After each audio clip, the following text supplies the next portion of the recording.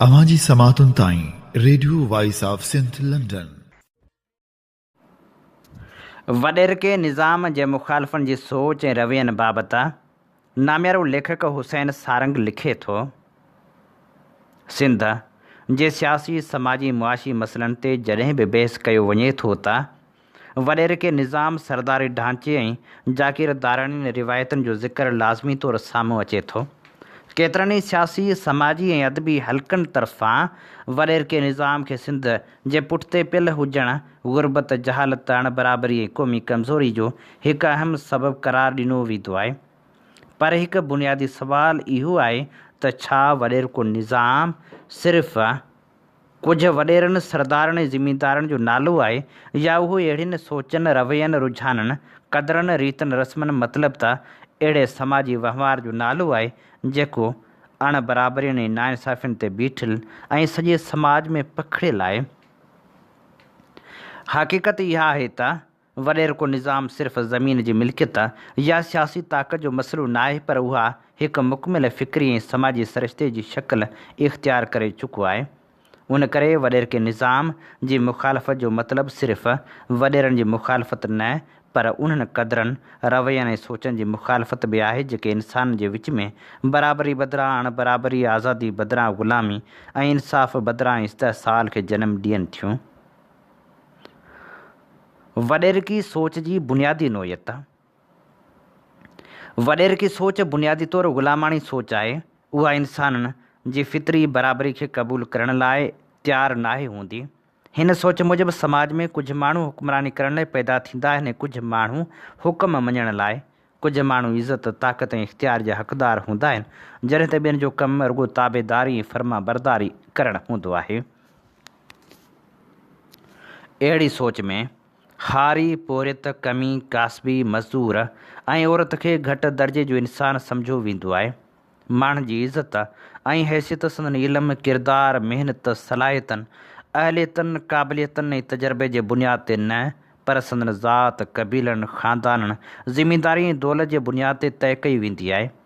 वॾेरके समाज में सवाल करणु, इख़्तिलाफ़ करणु ऐं पंहिंजे हक़नि जी ॻाल्हि करण खे बेअदबी या बग़ावत सम्झो वेंदो आहे, जॾहिं त ख़ुशामद, ताबेदारी ऐं शख़्सी वफ़ादारी खे वॾी अहमियत ॾिनी वेंदी आहे। वॾेरको निज़ाम ऐं समाजी अणबराबरी। वॾेरके निज़ाम जो सभ खां ख़तरनाक नतीजो समाजी अणबराबरी आहे। अहिड़े समाज में इंसान जे विच में बराबरि शहरी हुजण जो तस्वुरु कमज़ोर हूंदो आहे। कुझु माण्हुनि खे फितरी तौरु वधीक इज़त ऐं इख़्तियार हासिलु हूंदो आहे, जॾहिं त कुझु माण्हुनि खे पैदाइशी तौरु घटि दर्जे जो तस्वुरु कयो वेंदो आहे। हारी ऐं मज़दूर जी महिनत सां दौलत पैदा थिए थी, पर उन दौलत ते कंट्रोल जागीरदार, सरमाएदार या ताक़तवर तबिक़ो कंदो आहे।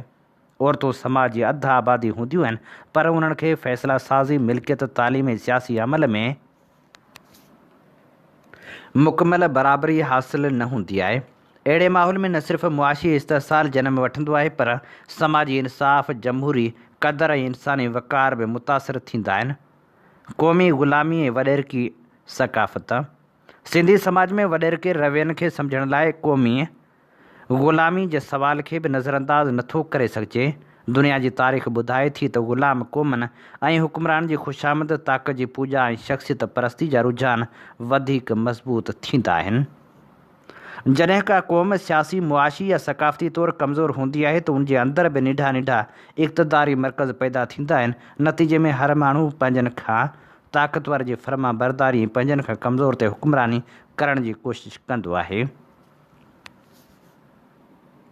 वॾेरके निज़ाम जा मुख़ालिफ़ संदनि ज़िम्मेवारियूं। वॾेरके निज़ाम जे हक़ीक़ी मुख़ालिफ़नि खे सभ खां पहिरीं पंहिंजे अंदरि मौजूदु वॾेरकी नफ़्सियात जो जाइज़ो वठणु घुरिजे।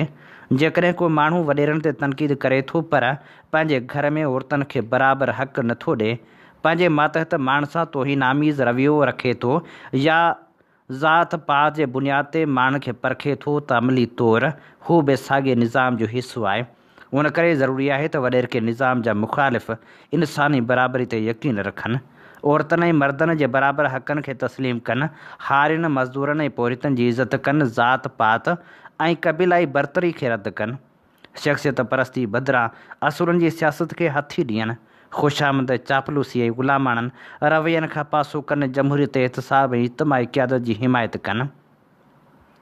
कंहिं बि समाजी तब्दीलीअ जी शुरूआति फ़र्द खां थींदी आहे। उन करे वॾेर के निज़ाम जी मुखालफ़त कंदड़ माण्हुनि खे पंहिंजी ज़िंदगी में तब्दीलियूं आणियूं पवंदियूं। पंहिंजनि नालनि सां लॻायल अहिड़ा लक़ब ऐं अलामतूं ख़तमु करणु घुरिजनि जेके बरतरी या समाजी फ़र्क़ जी नुमाइंदगी कनि। वॾेरनि, सरदारनि ऐं सरमाएदारनि जी ग़ुरबत खे इज़त जो मयारु सम्झण बदिरां महिनत, इल्म ऐं किरदार खे इज़त जो मयारु बणाइणु घुरिजे। वॾेर के मर्कज़नि, ओताकनि, बंगलनि, माड़ियुनि ऐं महलनि जे मालिकनि सां शख़्सी वफ़ादारियुनि ऐं ताक़त जी पूॼा बदिरां इल्मी, फ़िक्री ऐं जमहूरी रिवायतुनि खे हाथी ॾियणु घुरिजे।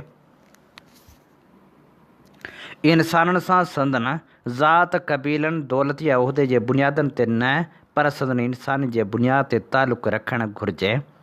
यादि रखणु घुरिजे त वॾेर के निज़ाम ख़िलाफ़ जदोजहद सिर्फ़ु ज़मींदारनि, सरदारनि या वॾेरनि ख़िलाफ़ सियासी जदोजहद जो नालो नाहे।